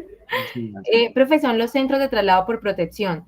El artículo 155 del Código Nacional de Policía dice que, digamos que en estado de alteración una persona se debe trasladar al CTP pues para que no altere la convivencia, o cuando una persona va a ser atacada deben ser trasladados, y que lo máximo que pueden estar en los centros de traslado por protección son 12 horas. Entonces, así les llaman a los centros de traslado por protección o CTP. Vale, que ahí también hubo un problema, pensando en lo de la Canal 2, por ejemplo, que mostró casi que en directo algunas situaciones de traslado de jóvenes a centros de reclusión. ¿Cómo es que se llaman? ¿Centros temporales? ¿Cómo es que traduce, Judy? ¿CTP? Profe, centro de traslado por protección. El traslado, listo, pero esos son lugares que igualmente tienes que estar claramente definidos, y en el caso de Cali y en Bogotá también mostraron cómo la policía estaba llevando a los muchachos a lugares que no estaban habilitados ni estaban debidamente registrados para estos propósitos. También era otra de las ilegalidades que se encontraron. Profe, sí, o sea, muchos lugares inclusive los metían en CAIS, que se supone que no debería ser, o a los jóvenes que deben tener espacios diferidos o diferentes para ellos, también los llevaban a lugares que no estaban habilitados. Inclusive, no me acuerdo, en un colegio de Manizales llevaron a muchos manifestantes, más de 200 manifestantes, y los tenían recluidos ahí. Se supone que estábamos en medio de una pandemia y el hacinamiento pues, pues aumentaba el riesgo y no se cumplían ni siquiera las directrices básicas sobre eso. Listo. Bueno, gracias, Judy. Emanuel ha levantado la mano. Sí, profe, no, para completar ahí, porque es que incluso dentro de las entrevistas que nosotros hicimos, uno de los relatos más dramáticos que hizo pues una de las abogadas consultadas fue sobre un CTP donde se habían llevado al hijo de una señora, fue a marchar con el hijo y lo detuvieron pues arbitrariamente, no podían probar, pues le estaban exigiendo el registro civil de nacimiento, como pues si una madre andara con un registro civil de nacimiento para todo lado, le pusieron 1000 trabas y el muchacho pues sumamente atribulado, pues sumamente aburrido, no le querían dar, ella le mostraba los audios incluso donde pues era evidente pues que tenía una relación de madre e hijo, y no lo dejaban, no la reconocían a ella como un adulto responsable, los pusieron a voltear muchísimo, casi pues cometieron arbitrariedades incluso con la abogada, a pesar pues de su papel, que argumentaba pues con todo su acervo cuáles eran las irregularidades y nada que lo soltaban. Entonces ella nos relató eso y pues es bastante dramático todo lo que tuvieron que vivir. Listo, bueno, muchas gracias, Emanuel. Veamos si de pronto hay alguna otra pregunta dentro del público. A mí me gustaría de pronto, mientras se animan algunos de ustedes, en una sesión anterior, el profesor Pompeyo, que comentó también los trabajos, otra tanda de trabajos que hicimos esa vez en el curso de MAS, planteaba la necesidad de incluso, digamos, en el trabajo sociológico, incorporar algunos autores más contemporáneos.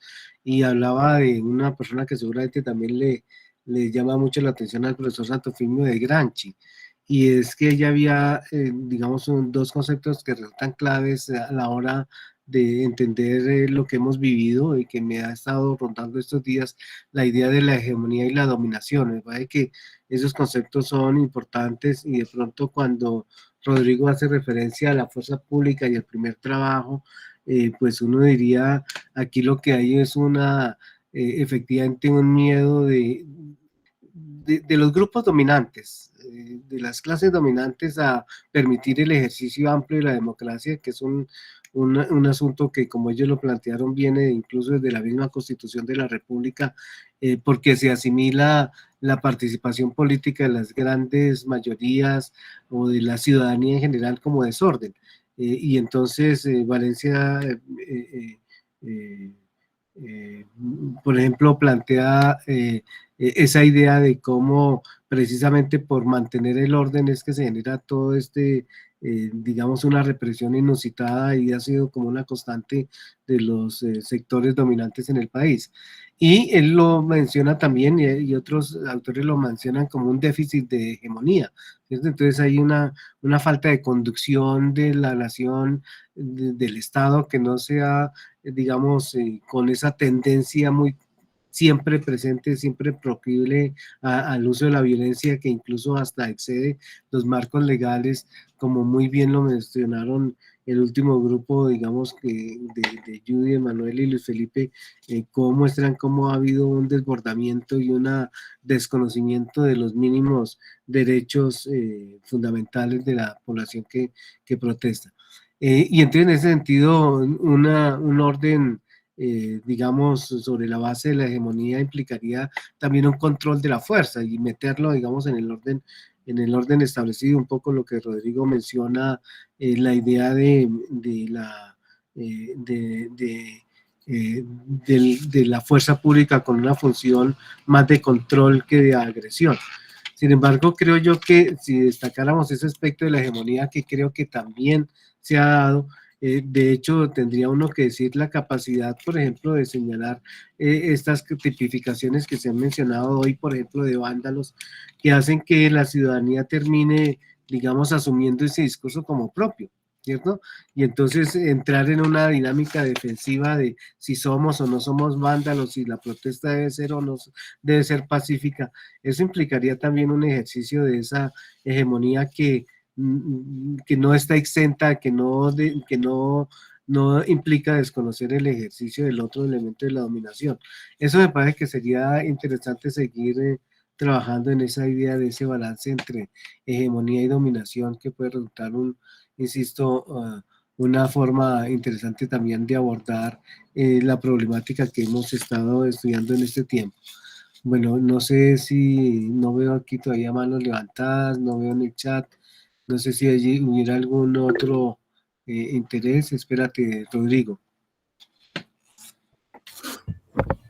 Gracias, profesor Carlos. Sí, a mí me parece interesante traer a Gramsci y digamos, si podríamos pensar que lo que acontece en Colombia es una crisis de hegemonía. A mí me parece que hay elementos, habría elementos como para pensar que hay una crisis de hegemonía, y como aconteció, digamos, en los periodos hace 100 años, estamos para traer a Gramsci ya en su contexto, la emergencia y es la explicación que él va a dar si se lee, por ejemplo, a Pulanzas, que es el que lo revisa posteriormente, y mirar cómo en su momento aparece el fascismo. En el caso de Mussolini se consolida, digamos, un bloque en el poder, en este caso, a través de la expresión del fascismo, ¿no? Y tiene que recurrir, digamos, las élites tienen que recurrir a esa forma fascista para, de alguna manera, y por supuesto, lo que ustedes trabajan allí con el tema de la emoción, el miedo y el terror, que posteriormente se va a vivir, eso es, de alguna manera, podría estarse dando allí. Por supuesto que se utiliza la fuerza pública en esa forma para que de alguna manera espante esas posibilidades y ajustar esa crisis hacia una nueva, por supuesto, una nueva dominación, claro. Entonces, ese me parece que sería interesante mirarlo allí, pero habría como otros elementos que adicionar, ¿no? Por supuesto. Yo lo que insistí es que hay una crisis de hegemonía. Yo creo que hay elementos, ¿no? Hay elementos, es decir, uno si mira allí, la derecha realmente ahora no sabe a quién apostarle, ¿no? Y podríamos estar mirando eso, y ese es un elemento que de alguna manera, el contexto es otro, por supuesto, pero habría que mirarlo si ese es un elemento allí que está precipitando unas situaciones interesantes como la que dejan ver este paro, ¿no? O sea, habría que mirarlo con más detalle, pero me parece muy oportuno revisar hoy a Gramsci temas y hacia una nueva, por supuesto, dominación, pero yo diría que no hay que mirarlo como clásicamente a veces lo mira la izquierda, ¿no? Es una dominación, porque finalmente tiene que haber dominación, eso quede claro. Y pues a veces, siempre insisto, a veces con mis estudiantes cuando tocamos esos temas de Marx, a veces el tema de la democracia burguesa se mira como peyorativamente, no, es eso, burguesa en la medida en que acompañan los procesos democráticos y es una dominación, formas democráticas. A mí me parece que hay que ir saliendo un poco de esa clasicidad para entrar a unos escenarios como los que están viviendo algunos países en América Latina, el caso argentino, es decir, pues, abierta, una sociedad, participa la ciudadanía, hace unas apuestas de tema de aborto, y es eso, una sociedad que aspiramos. Esa es la sociedad que aspiramos, abierta y que limite, como ya aparece en el escenario, oiga, la violencia, eso hay que ya, unas formas democráticas como las que anuncian los jóvenes allí, y entonces la policía sigue todavía en esa visión de que tiene allí a unos guerrilleros que están camuflados, etcétera. Ustedes vieron las exposiciones del ministro, en fin. Y eso ya no cabe, eso ya no se lo cree nadie, ¿no? Entonces, a mí me parece interesante, que vale la pena. Yo creo que es un autor que es necesario y que ellos ya los argentinos y los chilenos hace rato revisaron y esas son las apuestas que están haciendo. Allí me parece que es interesante. Dejo ahí. Digo, igual sigo sin ver preguntas ni manos levantadas. Quisiera de pronto entonces hacer un comentario adicional antes de darle la palabra nuevamente a nuestros invitados de hoy con el agradecimiento por su trabajo. Y sería como un poco también ir explorando en ocasiones futuras también perspectivas, ¿no? Creo que eso también puede resultar interesante y en ese sentido creo yo que algo que nos muestra el trabajo que hemos hecho en este tiempo en Cátedra Libre es cómo en el día de hoy y a raíz de las protestas plantearse efectivamente la puesta en práctica de un Estado social de derecho resulta una consigna y un elemento fundamental de la vida política de este país. Es decir, si uno quisiera plantearse como cuáles son las tareas que hay que realizar, me pareció muy bonita la foto del espectador donde ponen a los muchachos, digamos, con la camiseta de Colombia envuelta a la cara, también con una camiseta tricolor en medio del escenario de la protesta con un semáforo en rojo y leyendo la Constitución política. Entonces creo yo que si uno toma muy en serio esa imagen, lo que necesitamos es hacer realidad la Constitución política de Colombia en el sentido de un orden legal que es respetado por quienes gobiernan, que es, digamos, impulsado y que es hecho veeduría por parte de la ciudadanía. Y en ese sentido, la consigna de los derechos humanos, de los derechos fundamentales que deben ser garantizados y respetados, me parece que es un elemento fundamental que en la deliberación, en la discusión sobre las próximas campañas electorales debería estar en el centro, ¿no? Al lado de eso, me parece lo que señala Rodrigo oiga, ya la idea del enemigo interno, eso ya no es vigente, ya se firmó la paz, ya la guerra terminó, lo que quedan son algunos elementos, digamos, de rezago de esa guerra, pero la guerra ya terminó y necesitamos entrar en un régimen democrático y aprender a hacerlo. Entonces me parece que esos dos elementos resultan importantes en este desarrollo de lo que hemos tenido. Invitarlos también a la próxima sesión de dentro de 8 días, vamos a volver a retomar la música y la música y la movilización. Un poco de pronto Rodrigo se va a encontrar con la idea que usted tenía de que nos hemos centrado demasiado en este tiempo presente y resulta que también hay trayectorias y seguramente que eso vamos a ver en la lectura de la música y la movilización ciudadana. Entonces, para terminar, pues quisiera de pronto las palabras de despedida, de conclusión de Juan Camilo, Sandra y Brian en primer lugar, y luego seguimos con los demás. ¿Quién de ustedes quisiera, digamos, expresar sus palabras de despedida?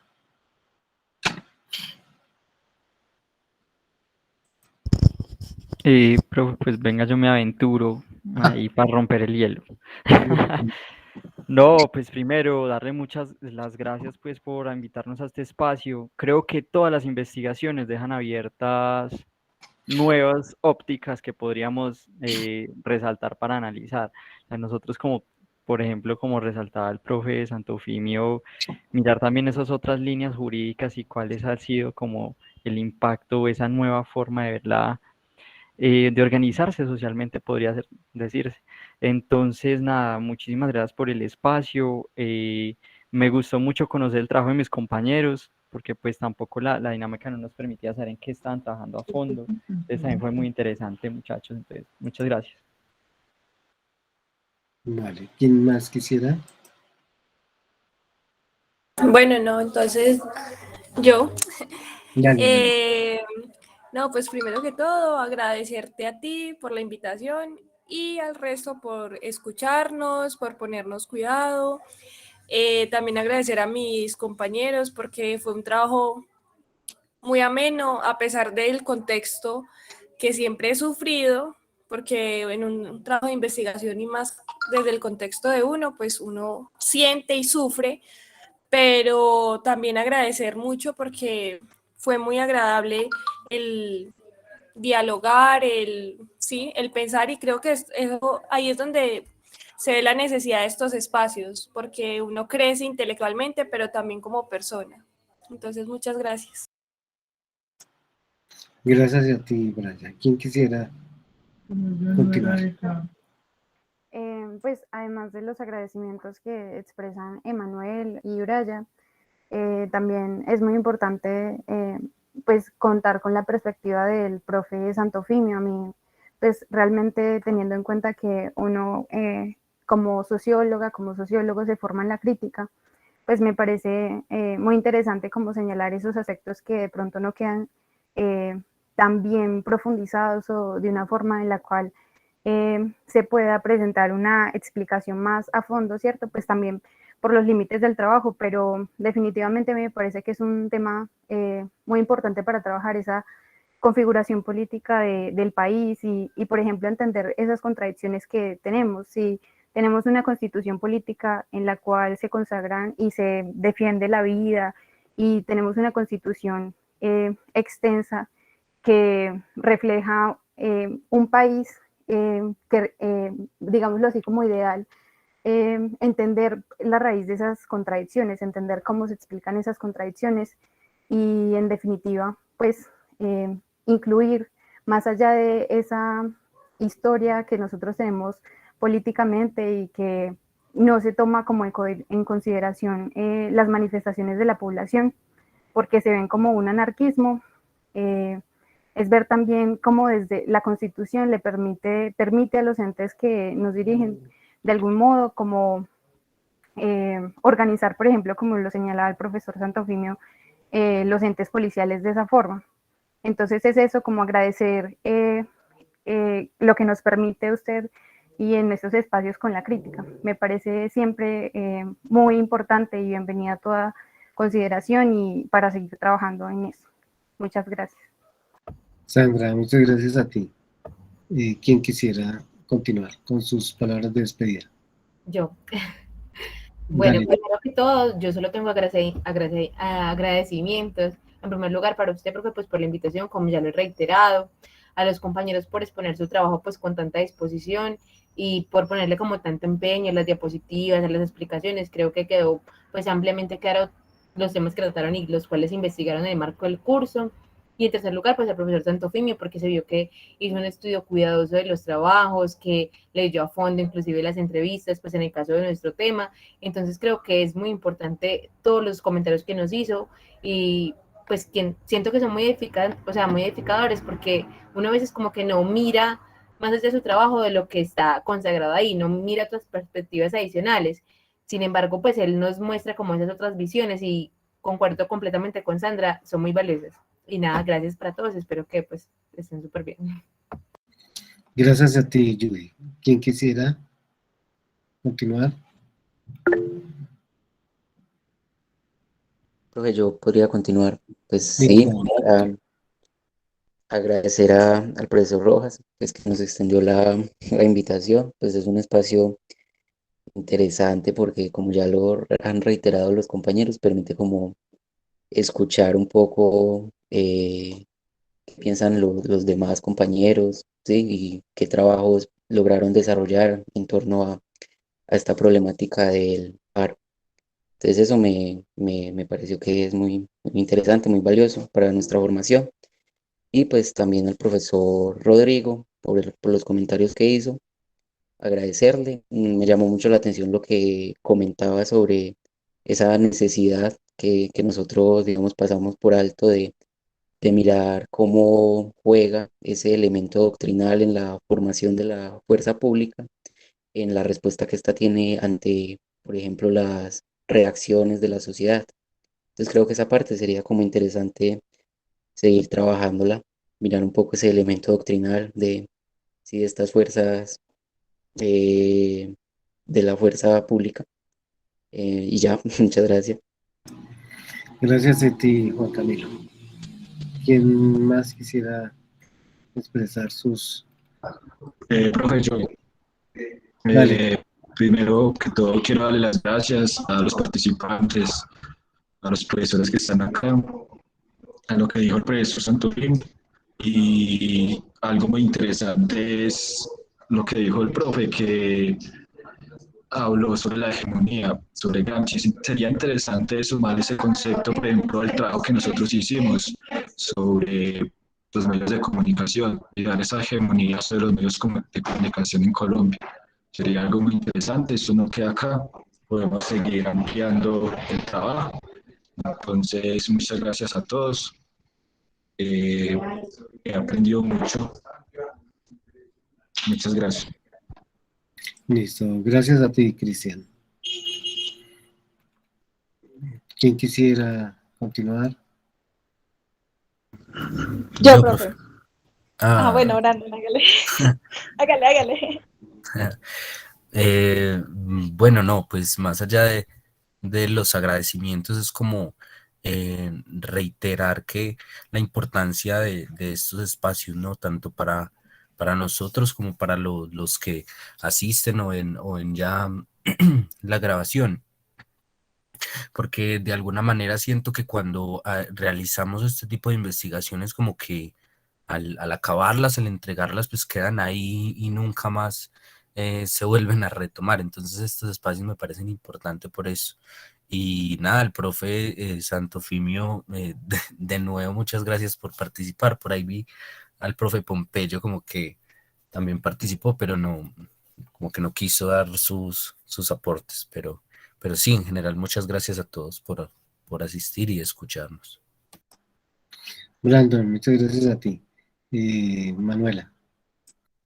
Bueno, pues seguir con la lluvia de agradecimientos, profe, a usted principalmente por ese acompañamiento, no solo por el espacio, sino por el acompañamiento, las asesorías, pues porque fue de mucho aporte para el fruto de nuestro trabajo.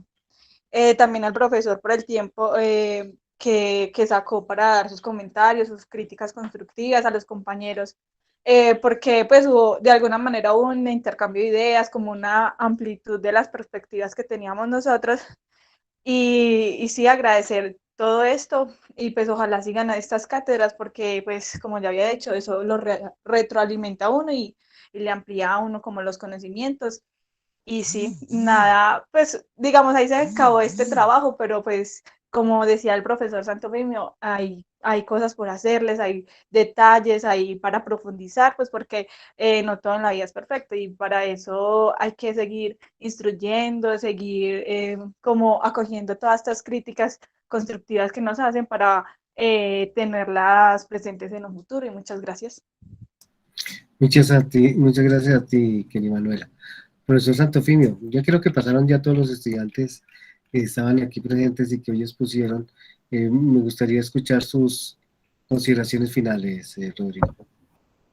Muchas gracias, profesor. Muchas gracias a todos los participantes. Yo insisto que ahí hay mejor dicho, un potencial grandísimo y creo que la cogieron perfectamente. Yo creo que a usted como profesor, que ciertamente se ve allí, digamos, como la mano, se dice coloquialmente, de un profesor empeñado realmente en hacer sociología para esta región, y que mejor que sean los estudiantes los que hagan esa muestra de que realmente están bien orientados en lo que uno pretende. Ya los tengo allí para discutir, de eso se trata, de empezar a ir construyendo unas narrativas que ciertamente necesita esta región y necesita el país. También parte de eso, agradecerles también a la paciencia y la invitación, y por supuesto de compartirme esas ideas, que es lo más importante, la capacidad de lo que uno llama la tolerancia, ¿no? Eso me parece importante. Muchas gracias a todos, muchas gracias a usted, profesor Carlos, y ahí seguimos, ¿no? Eso no se acaba, al contrario. Muchas gracias a todos, oye, y una feliz noche. Yo creo que ya vamos terminando. Listo, Rodrigo. Bueno, muchas gracias a usted. Entonces, de pronto, por ahí vi en algún momento en agronomía una consigna que decía que para sembrar la paz hay que aflojar la tierra. Y ahorita con la idea de la lluvia de agradecimientos, pues pensaba yo que ojalá que esa lluvia no nos genere deslizamientos de movimientos de tierra, sino más bien un deslizamiento de ideas y de nuevas formas de ver la realidad social y también de alternativas. Entonces, de nuevo, también para todos, muchas gracias, tanto a los participantes como los que hoy nos han acompañado en la cátedra. Invitarlos para entre 8 días, insisto, que vamos a hablar de música y movilización social, y que tengan muy buena noche todas y todos. Bueno, hasta luego. Gracias, profe. Hasta luego, Hasta luego. gracias.